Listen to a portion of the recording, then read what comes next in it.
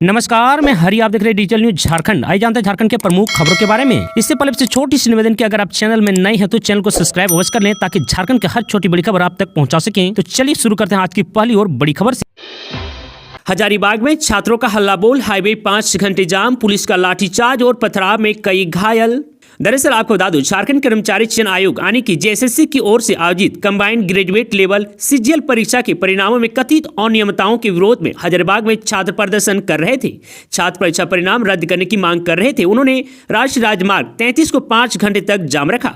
Police ने जाम हटाने के लिए लाठीचार्ज का सहारा लिया। इसके बाद छात्रों ने पथराव शुरू कर दिया। इस झड़प में कई छात्र और पुलिसकर्मी घायल हो गए हैं। जाम में फंसी कई गाड़ियों को भी नुकसान पहुंचा है। आपको बता दें कि मामला जेएसएससी की ओर से आयोजित सीजीएल परीक्षा से जुड़ा हुआ है, जो 21 और 22 सितंबर को राज्य के 823 केंद्रों पर हुई थी। इस परीक्षा में लगभग 3,04,769 अभ्यर्थी शामिल हुए थे। परीक्षा के तुरंत बाद पेपर लीक और पुराने प्रश्न पत्र को दोहराव के आरोप लगे हैं। रांची और हजारीबाग समेत कई शहरों में छात्र ने विरोध प्रदर्शन किया। जेएसएससी ने एक जांच समिति बनाई जिसने किसी भी गड़बड़ी से इनकार कर दिया है, फिर भी छात्र असंतुष्ट रहे। आपको बता दूं कि 4 दिसंबर को जेएसएससी ने परीक्षा का परिणाम घोषित कर दिया है। लगभग 2025 पदों के लिए 2231 उम्मीदवारों को दस्तावेज सत्यापन के लिए बुलाया गया है। यह सत्यापन 16 से 20 दिसंबर तक होगा। हालांकि छात्रों का आरोप है कि परीक्षा में धांधली हुई है और वे परिणाम रद्द होने तक आंदोलन जारी रखेंगे। मैया सम्मान योजना 11 दिसंबर आने के आज ट्रांसफर होगी 2500 रुपये सभी महिलाओं के खाते में। दरअसल आपको बता दूं, मुख्यमंत्री मैया सम्मान योजना के राज्य भर की 53 लाख लाभुकों के खाते में 11 दिसंबर आने के आज पैसे ट्रांसफर किए जाएंगे। अब लाभुकों को 2500 रुपये प्रतिमाह दिए जाएंगे। एक आकलन के मुताबिक इस पर करीब 16,000 करोड़ रुपए सालाना खर्च होंगे। लाभुकों को हर माह पैसे मिलते रहे, इसके लिए राशि जुटाने में सरकार लग गई है। इसके लिए सरकार के उन खातों के पैसे का इस्तेमाल करने को कहा है जिनका इस्तेमाल पिछले 2 सालों से नहीं हुआ है। मुख्यमंत्री मैया सम्मान योजना के लिए महिला बाल विकास एवं सामाजिक सुरक्षा विभाग काम करती है। सरकार ने दिसंबर से योजना की राशि 1,000 रुपये से बढ़ाकर 2500 रुपये भुगतान सुनिश्चित करने का संकल्प जारी कर दिया है। हालांकि चालू वित्त वर्ष के अंत तक इसके लिए विभाग के फंड में रकम नहीं है। विभाग ने इसके लिए अनुपूरक बजट में राशि उपलब्ध कराने के लिए वित्त विभाग को मांग पत्र भेजा है। बाबूलाल मरांडी ने की जेएसएससी एवं सीजीएल परीक्षा की सीबीआई जांच की मांग। दरअसल आपको बता दूं, भाजपा प्रदेश अध्यक्ष एवं पूर्व मुख्यमंत्री बाबूलाल मरांडी ने मंगलवार को राज्य सरकार पर निशाना साधा। उन्होंने कहा कि हाल ही में जेएसएससी के जारी परिणाम में कई विसंगतियां पाई गई हैं। लगातार सीरियल क्रम से अभ्यर्थी के उत्तीर्ण होने के बाद परीक्षार्थी के मन में सीजीएल परीक्षा में गड़बड़ी की आशंका और गहरी हो चुकी है। लाखों छात्र सीजीएल परीक्षा में सीट बेचने का आरोप लगा रहे हैं। श्री मरांडी ने मुख्यमंत्री हेमंत सोरेन से निवेदन करते हुए कहा है कि छात्रों की संतुष्टि के लिए जेएसएससी सीजीएल परीक्षा की पूरी प्रक्रिया की सीबीआई जांच कराई जाए। ऐसा नहीं होने पर भारतीय जनता पार्टी छात्रहित में सड़क से लेकर सदन तक सीजीएल परीक्षा में हुई साजिश के खिलाफ मुखर आवाज उठाएगी। इधर हजारीबाग सहित अन्य हिस्से में बड़ी संख्या में हजारों कैंडिडेट सड़कों पर उतरे और सीजीएल रिजल्ट रद्द करने की मांग सरकार से की है। सीएम हेमंत सोरेन के निर्देश पर विभाग संभालते ही मंत्रियों ने अफसरों को दे दिया नया ऑर्डर। शराब कीमतों को लेकर फरमान जारी। दरअसल आपको बता दूं, मुख्यमंत्री हेमंत सोरेन के निर्देश के बाद उत्पाद एवं मद्य निषेध विभाग के मंत्री योगेंद्र प्रसाद ने अपने विभाग की समीक्षा व अनियमितताओं पर सख्ती का निर्देश दे दिया है। विभागीय मंत्री का पदभार ग्रहण के मौके पर उन्होंने अधिकारियों को अधिक दर पर शराब की बिक्री रोकने व राजस्व बढ़ाने की ठोस रणनीति पर काम करने को कहा है। आपको बता दूं, जल्द ही विभागीय अधिकारियों के साथ बैठक कर विभिन्न बिंदुओं पर चर्चा करेंगे। इनमें अवैध शराब की बिक्री पर रोक भी उनकी प्राथमिकता में शामिल है। आपको बता दूं, मुख्यमंत्री हेमंत सोरेन ने पिछले दिनों कैबिनेट की बैठक में ही सभी मंत्रियों को यह टास्क सौंपा है कि 2 महीने के भीतर वे अपने अपने विभागों की समीक्षा कर उन्हें रिपोर्ट देंगे। मंत्री को अपने विभाग से संबंधित जिला स्तर के कार्यालयों में भी जाना है। सीएम ने इसी निर्देश के आलोक में उत्पाद एवं मद्य निषेध विभाग के मंत्री योगेंद्र प्रसाद विभाग के इंफ्रास्ट्रक्चर, मैन पावर सहित विभिन्न बिंदुओं पर जल्द ही बैठक करने वाले हैं। और वहीं आपको बता दूं कि हाल ही में शराब को लेकर 9 दरोगा को निलंबित कर दिया गया है। आपको बता दूं, एमआरपी से अधिक कीमत पर शराब बिक्री रोकने में असफल रहे राज्य के विभिन्न जिलों के 9 दरोगा उत्पाद पिछले 1 महीने के भीतर निलंबित हो चुके हैं। अधिकारियों ने प्लेसमेंट एजेंसी पर 1 लाख व उत्पाद दुकानदार पर 5,000 रुपये जुर्माना लगाने का भी निर्णय लिया था। आपको बता दूं कि कार्रवाई रफ्तार नहीं पकड़ी और स्थिति यह है कि आज भी शराब दुकानदार एमआरपी से अधिक कीमत पर शराब बेच रहे हैं। उन पर कार्रवाई का कोई भय नहीं है।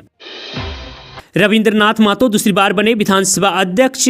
दरअसल आपको बता दूं, छठी विधानसभा के पहले सत्र के दूसरे दिन विधानसभा अध्यक्ष का चयन किया गया। प्रोटेम स्पीकर प्रोफेसर स्टीफन मरानी ने सदन की कार्यवाही शुरू की। आपको बता दूं, इसके बाद विधानसभा अध्यक्ष के चयन का प्रस्ताव सदन पटल पर रखा गया। सीएम हेमंत सोरेन ने प्रस्ताव रखा, जिसका समर्थन विधायक माथुरा प्रसाद महतो ने किया। आपको बता दूं, इसके बाद ध्वनि मत से रविंद्रनाथ महतो को दूसरी बार विधानसभा अध्यक्ष चुना गया। आपको बता दूं, उन्हें सीएम हेमंत सोरेन और बाबूलाल मरानी ने सम्मान के साथ आसन तक लाया। आपको बता दूं, इसके बाद नवनिर्वाचित विधानसभा अध्यक्ष को सीएम हेमंत सोरेन, बाबूलाल मरांडी, संसदीय कार्य मंत्री राधा कृष्ण किशोर आदि ने बधाई दी। वहीं अपने संबोधन में अध्यक्ष रविंद्रनाथ महतो ने कहा, मुझे आप सभी से अपेक्षा है कि सदन निर्बाध रूप से चले, सदन में किसी तरह का गतिरोध ना हो। इसके बाद सभा की कार्यवाही बुधवार 11 बजे तक के लिए स्थगित कर दी गई। आपको बता दूं, इससे पहले सोमवार को सदन की कार्यवाही का पहला दिन विधायकों की शपथ के नाम रहा। प्रोटेम स्पीकर प्रोफेसर स्टीफन मरानी ने 80 विधायकों को शपथ दिलाई। 56 विधायकों ने हिंदी में, 22 विधायकों ने स्थानीय भाषा और 2 ने उर्दू भाषा में शपथ ली।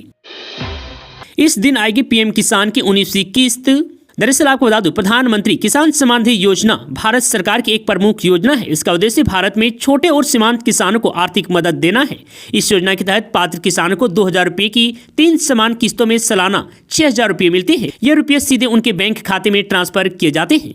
आपको बता दूं, किसान सम्मान निधि की 18वीं किस्त 5 अक्टूबर 2024 को जारी की गई थी। अब किसानों को किसान सम्मान निधि की 19वीं किस्त का इंतजार है। जानकारी के अनुसार 19वीं किस्त का पैसा फरवरी 2025 के पहले सप्ताह में किसानों के खाते में आ सकता है। हालांकि सरकार ने आधिकारिक तौर पर तारीख की पुष्टि नहीं की है। प्रधानमंत्री किसान सम्मान निधि योजना की किस्तें हर 4 महीने में जारी की जाती है।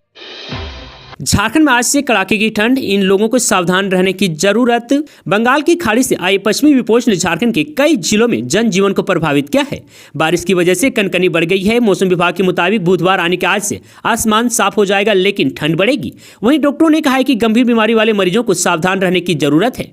रांची स्थित मौसम विज्ञान केंद्र ने कहा है कि बुधवार आने के आज से मौसम साफ हो जाएगा। इसके बाद अगले कुछ दिनों तक पूरे राज्य में न्यूनतम तापमान में 3 से 5 डिग्री सेल्सियस की गिरावट हो सकती है। इससे ठंड का एहसास ज्यादा होगा। सोमवार को उत्तर भारत के कई स्थानों पर बर्फबारी हुई है। इसका असर मैदानी इलाकों में भी दिखेगा। आपको बता दूं, झारखंड के कई हिस्सों में कोहरे को लेकर येलो अलर्ट जारी किया गया है। मौसम विभाग की माने तो बुधवार आने के आज गढ़वा, पलामू, चतरा, हजारीबाग, कोडरमा, गिरिडीह, देवघर, दुमका, गोड्डा, साहिबगंज, पाकुड़, पूर्वी सिंहभूम, पश्चिमी सिंहभूम के साथ साथ सरायकेला खरसावां में भी घना कोहरा छा सकता है। ठंड बढ़ने पर सबसे ज्यादा खतरा गंभीर बीमारी वाले मरीजों और बुजुर्गों को होता है। सबसे ज्यादा परेशानी बीपी, शुगर, किडनी, हार्ट और अस्थमा के मरीजों को होती है। आपको बता दूं, बीपी अनियंत्रित हो जाता है, जिससे ब्रेन हेमरेज और हार्ट अटैक का खतरा बढ़ जाता है। आपको बता दूं कि रिम्स में मेडिसिन विभाग के विभागाध्यक्ष रहे डॉक्टर विज्ञापति ने बताया कि ठंड में दिनचर्या और खान पान दोनों को संतुलन रखना चाहिए। तड़के सुबह टहलने से बचना चाहिए। धनबाद सांसद ढुलू महतो ने वित्त मंत्री निर्मला सीतारमण से की मुलाकात, बंद बैंक शाखा को फिर से खोलने की मांग। दरअसल आपको बता दूं, भाजपा सांसद ढुलू महतो ने मंगलवार को केंद्रीय वित्त मंत्री निर्मला सीतारमण से मुलाकात की। इस दौरान सांसद ने एक महत्वपूर्ण समस्या पर वित्त मंत्री का ध्यान आकर्षित किया।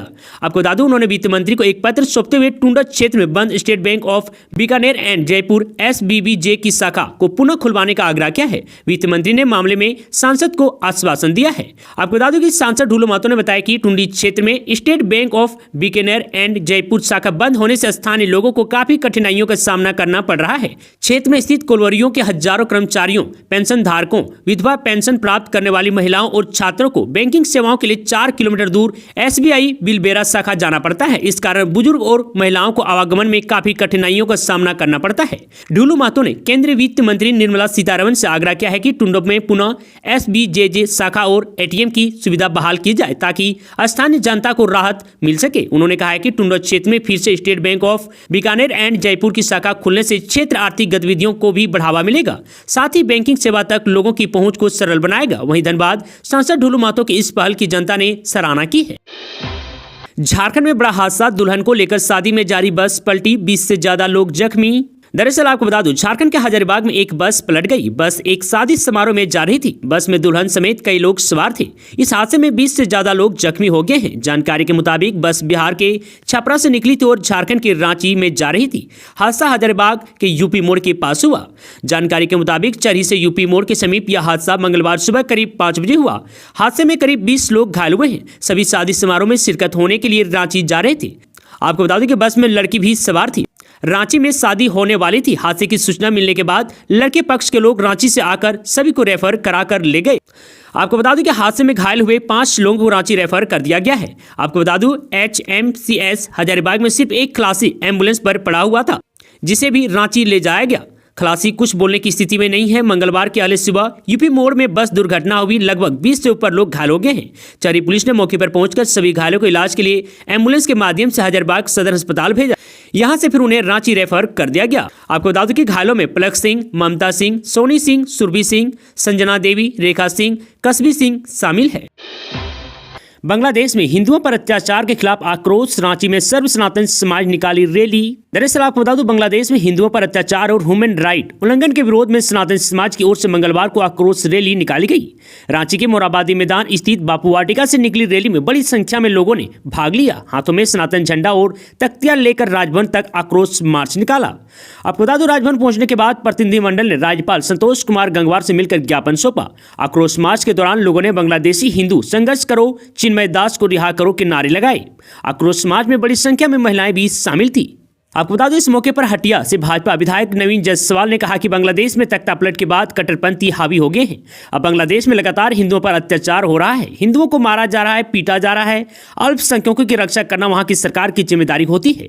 पाकिस्तान में भी हिंदू धर्म के लोगों की आबादी अब मुट्ठी भर रह गई है। बांग्लादेश में 8 से 10% आबादी हिंदुओं का ही है, फिर भी वहां वे खौफ से जी रहे हैं। और वहीं विधायक नवीन जायसवाल ने कहा कि बांग्लादेश में हिंदू भाई बहनों के संघर्ष में भारत का सनातन समाज साथ खड़ा है, इसलिए रांची में आक्रोश रैली निकाली गई। वहां की सरकार को इस पर एक्शन लेना चाहिए। भारत में अल्पसंख्यक समाज पूरी तरह से सुरक्षित है, लेकिन पड़ोसी देश में अल्पसंख्यक पर अत्याचार हो रहा है। वहीं आक्रोश रैली का नेतृत्व कर रहे दिव्यानंद जी महाराज ने कहा कि अब घरों में सोए लोग घरों से बाहर निकल रहे हैं। लोगों में जोश दिख रहा है। हिंदू जगह है, अब बांग्लादेश को शांत करके रहेंगे।